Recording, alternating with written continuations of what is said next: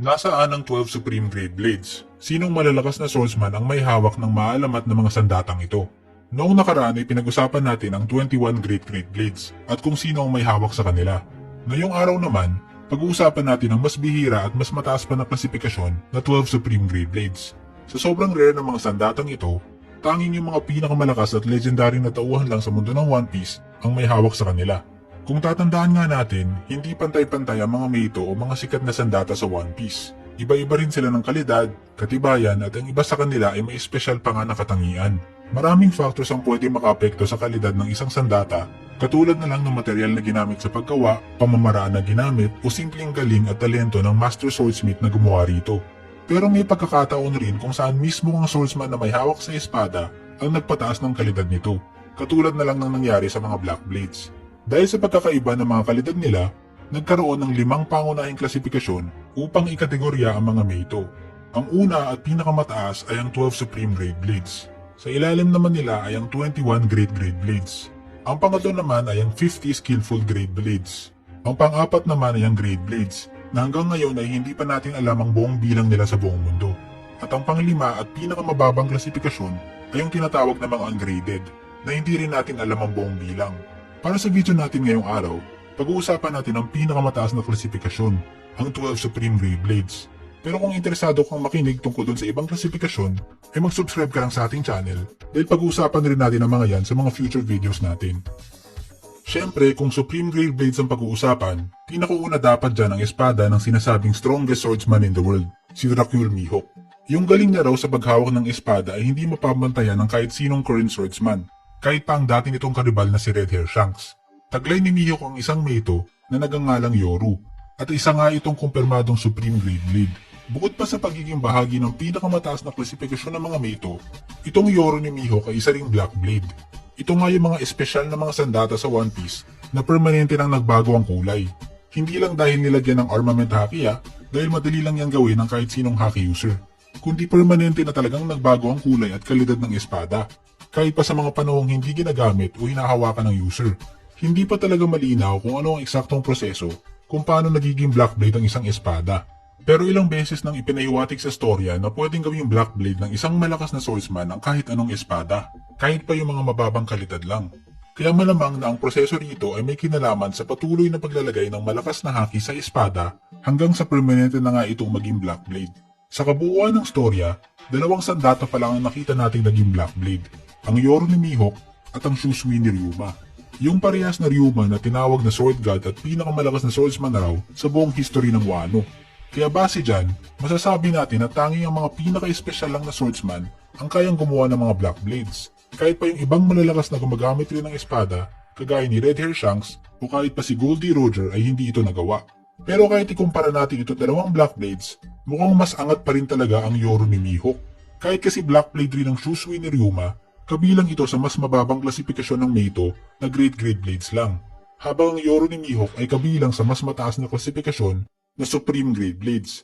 Kaya mas angat pa rin talaga ang Yoru. At naaangkop lang na sandata para sa current strongest swordsman in the world. Sunod naman natin pag-usapan ang dating tinaguri ang strongest man in the world, si Whitebeard. Meron siyang isang Meito na nagngangalang Murakumogiri, na isa ring kumpirmadong Supreme Grade Blade. Itong sandatang ito ay hindi isang tradisyonal na espada, kundi isang naginata. Isang uri ng sandata kung saan binubuo ito ng isang mahabang tungkod o hawakan na may patalim sa dulo. Kung tatandaan nga natin, hindi lang naman mga normal na espada ang maaaring mapasama sa mga klasifikasyon ng Meito. Pati yung iba't ibang uri ng armas na may patalim ay maaari ring mapabilang rito, kagaya na lang ng isang naginata. Kahit na laging dala at gamit ni Whitebeard ang sandatang ito, hindi ito nabibigyan ng lubos na pansin lalo na ng mga fans dahil natatabunan ito ng iba niyang abilidad. Parang halos lahat kasi na kay Whitebeard na. Una, meron siyang katakot-takot na superhuman na pisikal na lakas, na kayang pigilin kahit pa ang mga higanteng barko. Meron rin siyang taglay na malakas na haki, kasama na ang napakabihirang Conqueror Saki, na kaya niyang i-infuse sa mga atake niya. Meron rin siyang taglay na isang maalamat na Devil Fruit na sinasabing may kakayanang palubugin ng buong mundo. Kaya sa gitna ng lahat ng yan, ay hindi na masyadong napapansin ang armas niya at galing niya sa paggamit nito. Bilang isang veteranong pirata, napakarami ng nakabangga ni Whitebeard ng mga bigateng tauhan. Ilang beses na niya raw nakatapat si Goldie Roger, Monkey D. Garp at Sengoku the Buddha noong panahon nila. At nakita rin natin na nakaduelo niya saglit si Red Hair Shanks, Kusuki Oden at kahit pa si current Fleet Admiral Akainu. Kaya kung ganyan katindi ang mga kalaban niya, natural lang na meron siyang isang Supreme Great Blade upang tanggihin ang mga atake nila. Kung hindi ay baka matagal na itong nasira. Ang susunod naman ay syempre ang dating karibal ni Whitebeard. Walang iba kundi si Pirate King Goldie Roger. Meron siyang isang cutlass na nagngangalang Ace na isa ring kumpirmadong Supreme Great Blade. At mukhang dito pa nga niya nakuha ang pangalan ng anak niya na si Portgas the Ace. Katulad ni Whitebeard, marami ring bigatin na tauhan ang binangga ni Roger noong panahon nila kasama na si Garp the Hero, Sengoku the Buddha, Golden Lion Shiki, Kusuki Oden, Roxy Sebek at si Whitebeard mismo. Pero di kagaya ni Whitebeard, walang maasahan ng malakas na Devil Fruit itong si Roger. Kaya mas umaasa ito sa kanyang haki at espada. Isa sa mga main moves na nakita nating ginagamit niya ay yung Divine Departure, kung saan nilalagyan niya ng Advanced Conqueror Haki yung pag-atake ng kanyang espada, na kahit si Kusuki Oden ay mabilis na napatalsik.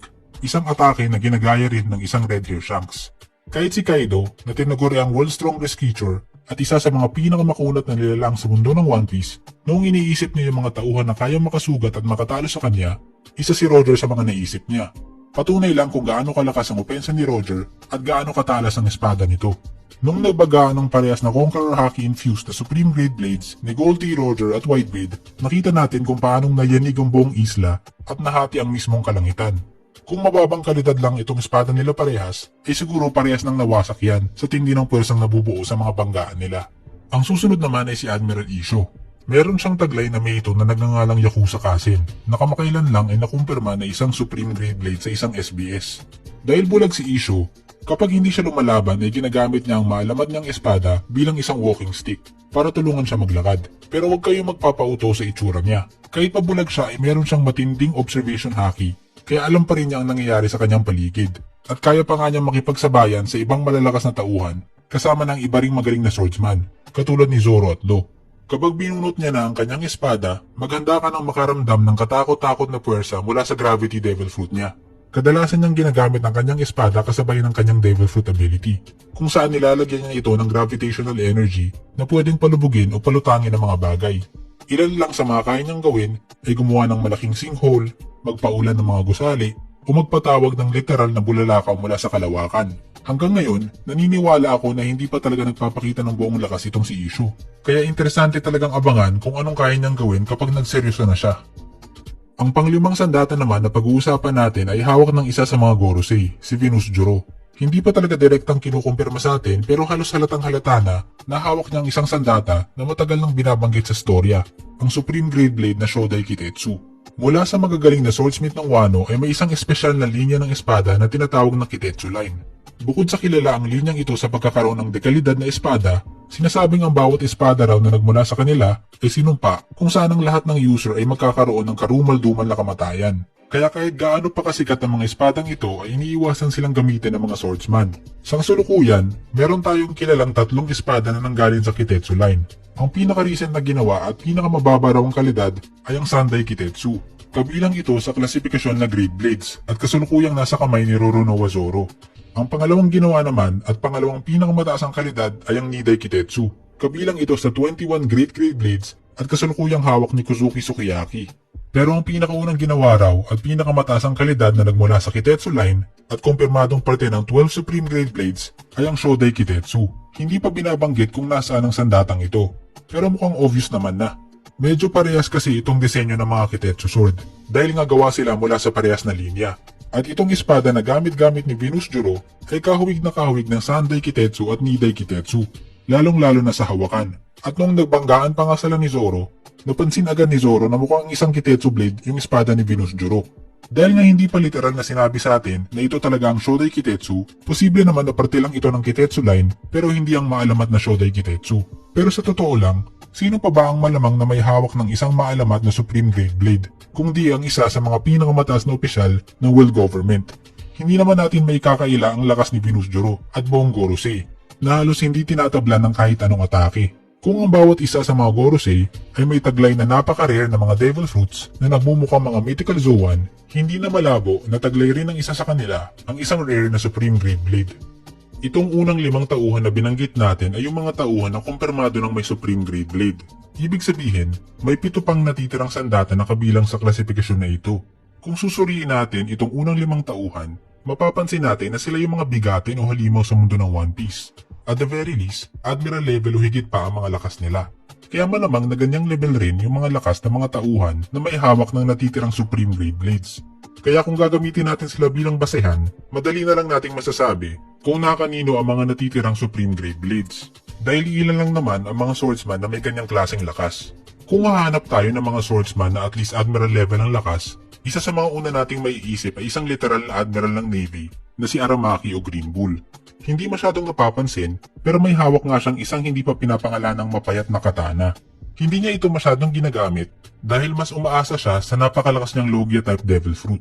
Tuwing lumalaban siya, madalas siyang nagtransform sa kanyang Logia form na isang gubat, kaya hindi masyadong napapansin ang kanyang espada at swordsmanship. Hindi kagaya ng kasabay ng Admiral na si Isho na pinagsasama yung swordsmanship at Devil Fruit ability.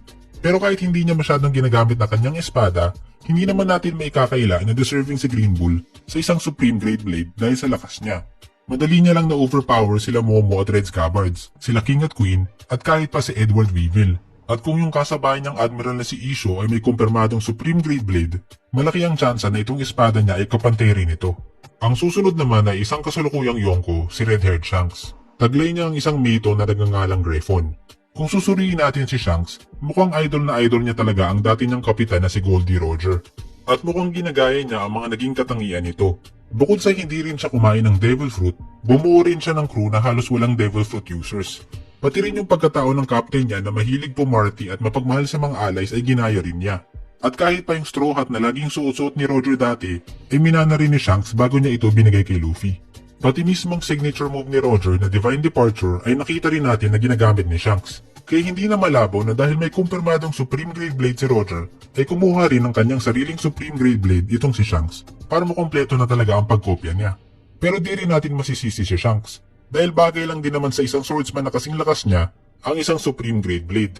Napatunayan niya na ang kanyang sarili laban sa iba't ibang malalakas na tauhan kahit pa laban sa mga tipo ni Whitebeard o Dracula Mihawk na parehas ring mga Supreme Grade Blade users. Mula sa isang Roger fanboy, punta naman tayo sa naging mismong partner ni Roger, si Silvers Rayleigh. Meron nga siyang taglay na hindi pa pinapangalan ng katana, na malamang ay isa ring Supreme Grade Blade. Kung susuriin natin ang relasyon niya kay Goldie Roger, nagmumukha itong relasyon na mag-partner kaysa relasyon na mag-subordinate. Parang inaruturi talaga siya ni Goldie Roger bilang kapantay imbes na simpleng crewmate lang. Kaya maraming naniniwala na hindi magkalayo ang lakas ng dalawang ito. Saksi tayo kung paanong nire-respeto ang reputasyon niya kahit pa ng ibang malalakas na tauhan. Noong dumating siya sa Amazon Lily, mas pinili na lang ni Blackbeard na umalis ng mapayapa kaysa labanan si Rayleigh. At kahit si Garp, noong nabalitaan niya na nasa sa body si Rayleigh, sinabi niya na wag na lang pansinin dahil mauubusan lang sila ng tauhan kapag sinubukan nilang huliin ito. Lalo pat busy rin sila sa preparasyon laban kay Whitebeard noong mga panahon na yon. At hindi raw nila kayang tapatan ang dalawang alamat na ito ng magkasabay. Kaya parang inilalagay talaga ni Garp si Whitebeard at Rayleigh sa parehas na level. Ang susunod naman ay isang kakapromote lang na miyembro ng Gorosei, si Figureland Garling. Meron nga siyang taglay na isang hindi pa pinapangalanang Saber. Although hindi pa natin siya direktang nakikita sa isang laban, lahat ng ebidensya sa storya ay nagtuturo na isa siyang malakas na tauhan. Bago siya na-promote bilang Gorosei, siya ang dating Supreme Commander ng God's Knights, ang elite unit ng mga Celestial Dragons. Noong sinugod sila ng Rocks at Roger Pirates sa God Valley, walang takot na inanunsyo ni Garling na ang God's Knights niya ang harap sa mga ito. Karamihan siguro ng tauhan ay manginginig sa takot kapag narinig ang pangalan ni Rocks o Roger.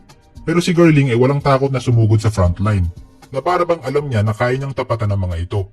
Noong dating nakita si Whitebeard at Shanks, binanggit ni Whitebeard na kapag nakikita niya ang mukha ni Shanks, sumasakit yung mga sugat na binigay sa kanya ng isang tao.